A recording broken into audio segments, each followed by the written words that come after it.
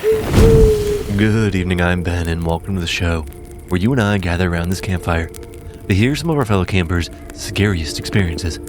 Whether you're a new camper or returning one, I'm glad you're here. Tonight's story is about a camper who faced something a little more paranormal than he was anticipating during his last camping visit. Now, without further ado, do you want to hear a ghost story? I used to think people were the scariest thing you could run into in the woods. Not bears, not coyotes, not snakes, but people. Animals usually want one of three things: food, space, or to not be surprised. But people are complicated. People get bored. People get angry. People get drunk. People decide, for reasons you and I will never understand, that tonight you're going to be their entertainment. And that is what I thought was happening to me the night I camped alone in the hollow. I thought some guy had followed me out there. I thought he was messing with me. And for most of the night, honestly, that was the only explanation I could handle. The hollow wasn't an official campground. It was one of those spots you only hear about from people who say things like, "Don't tell anybody I told you about this." It sat about 3 miles off an old logging road, down a narrow trail that dipped into a valley thick with pine and mountain laurel. There was a creek down there, a flat patch of ground, a stone ring fire someone had built years ago. It was perfect, or at least it looked perfect when I got there. I hiked in late afternoon, set up my tent, collected some wood, and got a small fire going as light started to fade. I remember thinking how quiet it was. Not silent exactly. The woods are never silent. But there was no road noise, no voices, no distant hum of civilization. Just the creek, the fire, and the occasional pop of wood. I ate dinner from one of those foil backpacking meals, drank a little bit of whiskey, and sat there feeling like I had done something good for myself. I'd been stressed for months. Work, bills, family stuff. Nothing tragic, just the ordinary weight of being alive. I sat there alone, beside that fire. I finally felt like something in my chest had loosened. Then, just after dark, I heard someone cough.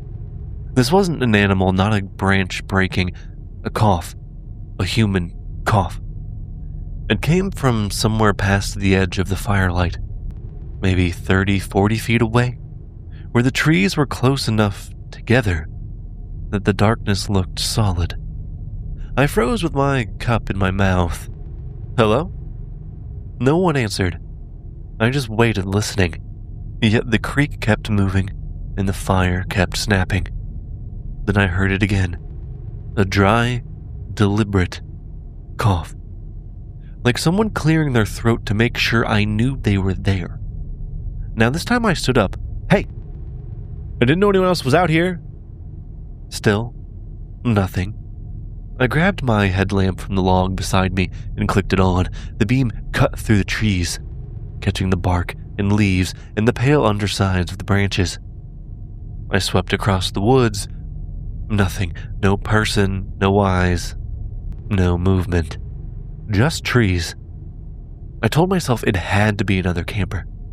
Maybe someone hiking in late. Maybe they didn't want to answer because I'd startled them, or because they were embarrassed to be caught standing there. So I tried again. Is everything okay? No response. But then, further away, I heard a twig snap. I swung the light over, but still there was nothing. I stood there for maybe a full minute, my heart now tapping a little harder, before I finally sat back down, though I no longer felt relaxed. The woods had changed in that way they do when you know or think you know that something or someone is watching you. The darkness no longer feels empty. For the next half hour, nothing happened. I think I had convinced myself I had imagined it. The whiskey, the fire, the isolation. Maybe a deer was making a weird noise. Then something hit my tent. It wasn't hard, more like a flick. A tiny impact against the nylon. I turned and looked when it was hit again. A small little tick. A pebble. I knew the sound. I'd heard it when I was a kid when my younger brother used to throw gravel at my bedroom window. Seriously, come on! Who's out there? I yelled out of my tent. But again, I was offered nothing in return.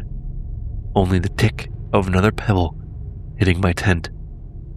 I don't know what your problem is, but I'm not in the mood, I yelled, shining my flashlight into the trees. But again, no one answered. The temperature seemed to drop the moment I left the light of the fire behind. My boots sank into the soft pine needles. The flashlight caught the rough black tree trunks all around me. When I finally saw something move, maybe 20 yards away, a shape slipping behind a pine, human height, human width. Hey!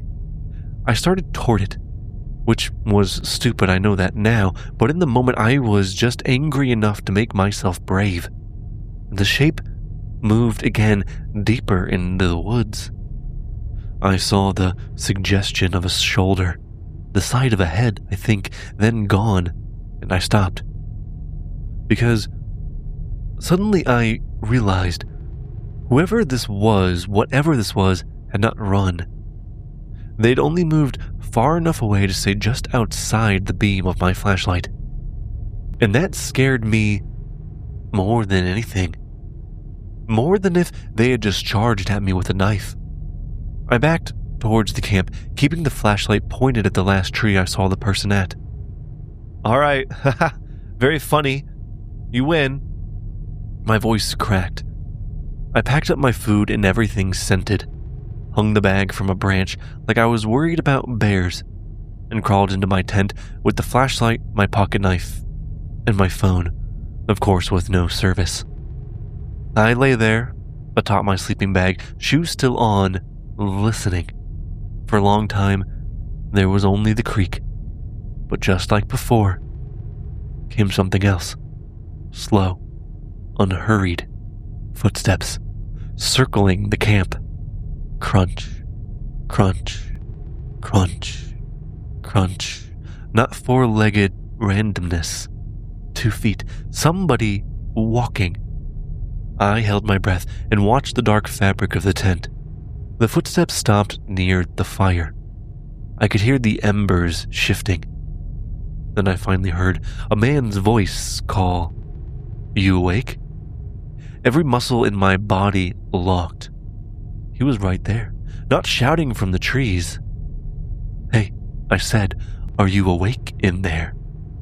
It was calm, but not friendly. I gripped my pocket knife so hard my hand hurt. After a moment, the footsteps resumed. Crunch, crunch, crunch. Now whoever this was circled the tent once, then stopped. Stopped right outside the door flap. I could see the person's shadow now. The glow of the fire was just enough to cast it against the tent. There was a man standing there, still. His head tilted slightly to one side, like he was listening for me to breathe. I waited for him to say something else. Instead, he just reached out, pressed one finger into my tent.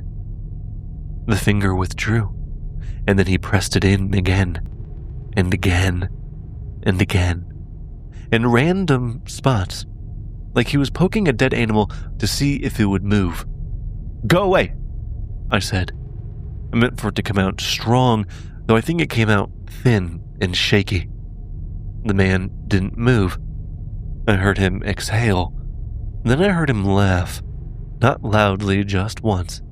A short breath through his nose. Then the footsteps moved away. There was the obvious thought. Grab my pack, leave the tent, sprint up the trail. But he was outside, and he obviously knew the woods better than I did. If he wanted me outside the tent, running seemed like the worst thing I could do. So I stayed put. I stayed inside a thin nylon bag while a stranger walked around in the dark. I didn't sleep much the rest of the night. I sat with my back pressed into the corner of the tent and the knife in my hand. At some point, maybe around 2 a.m, the zipper to my tent moved. Just a little zip. I lunged forward and grabbed it from the inside. "Don't," I said. The zipper tugged against my finger, not hard, just playful, like somebody was testing me. I held it shut with both hands. For a while, neither I nor whoever this was moved. Then he let go and his footsteps retreated again. I started crying, quietly, trying not to embarrass myself. Then I heard something heavy dragging across the ground outside. I heard it scrape through the leaves. I didn't know what it was until it hit the tent pole. Clack! He was tapping a branch against the tent frame, testing it. I imagined him out there with a thick stick, figuring out how easily he could collapse the whole thing on top of me. "Please just stop." Then after one last tap, I heard him say, "That's better." I never forgotten the way he said that to me, like he had been waiting all night for me to beg. Sometime after 3, the fire went out completely, and when it did, this shadow, or this man, disappeared with it. The next morning, I woke up and walked outside the tent. The crazy thing is there was no boot prints, no giant stick, no pebbles even next to the tent. It was as if I had imagined the whole thing. For a long time, I told myself that there had to be an explanation, a prank, a person, some deranged local who knew the area and liked scaring people. But last spring, I ran into a guy at an outdoor store wearing a shirt for the Pines, which I thought was odd because, like I said, it wasn't an official campsite. I asked him if he camped there. He got quiet and said, "Yeah, have you?" I told him about the creek, the flat patch, and the stone fire ring. When he looked at me with a smirk, he didn't laugh, but he just said, "Oh, that's Rodger's spot."